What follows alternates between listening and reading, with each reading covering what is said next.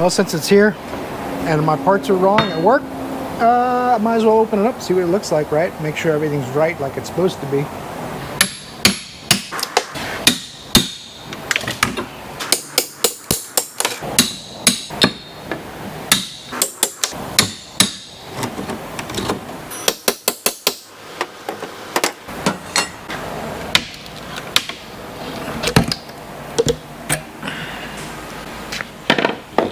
Do do do do do do do.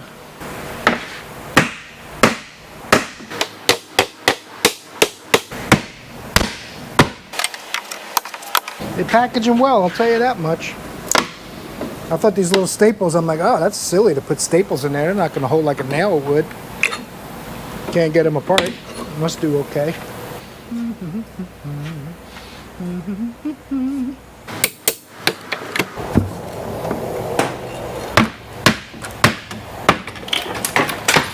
Timber! I do need my paperwork off of here. I'm going to keep this just for old time's sake. I don't need that. I don't think there's any other important paperwork on the outside. Everything should be inside this bag. You got to watch your cameras. They'll turn off whenever they want. Right when you're 383.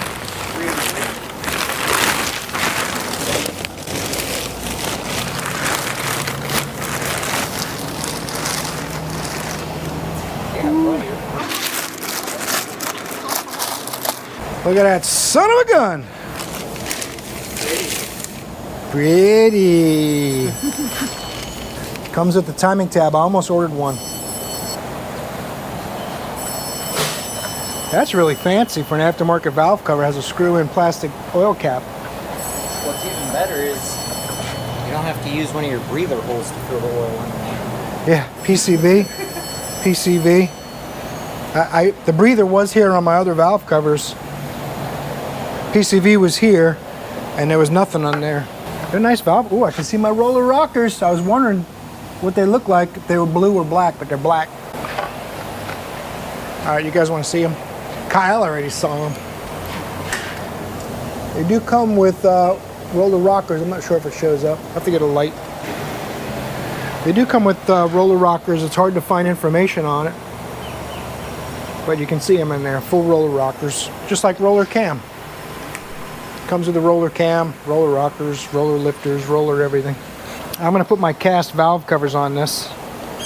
Although I'm kind of sad because I like the fact that it has an actual oil cap like a real car comes with. Like a real car, like a modern engine comes with. Although it doesn't seem easy to start it correctly without going cross-threaded.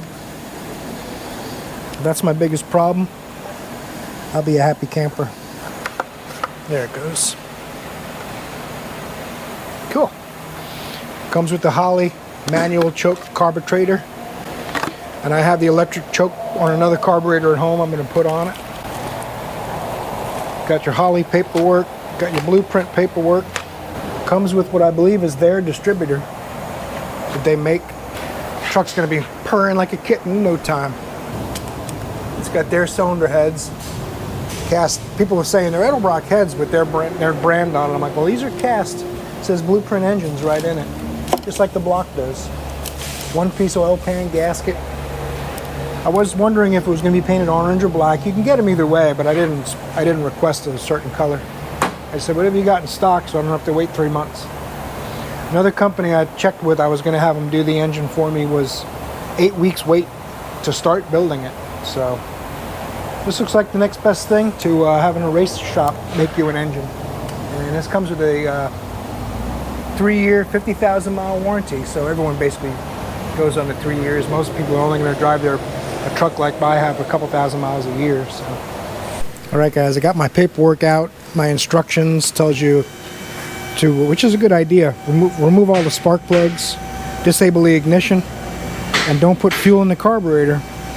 Crank it over for 20 seconds till you get oil pressure on if you have a mechanical gauge, and then put your spark plugs in. Enable your ignition, and by then your carburetor will be about full or ready to go, and then you start it up. So while reading that though, I found my dyno sheet. Check it out. The peak torque is 4,200 RPM, 488 foot-pounds, and peak horsepower is 460.7 at 5,800 RPM. I'm going to call that good. The engine I was going to build was, I was looking for a 350 horse 350. My transmission's not going to like either of these figures very much, but it's another bridge when we get to it. That's the actual printout from Dyno.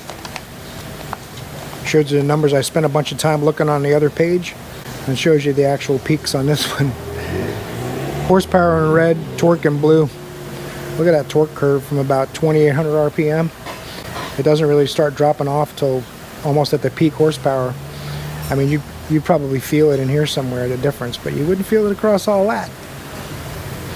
My poor transmission well, though. On this video, torque the like button if you would before you leave. I really appreciate that. Subscribe.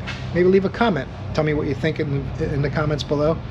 Also, make sure you check out the Amazon store. I need every penny I can get to get this project truck running again. My credit card's melting.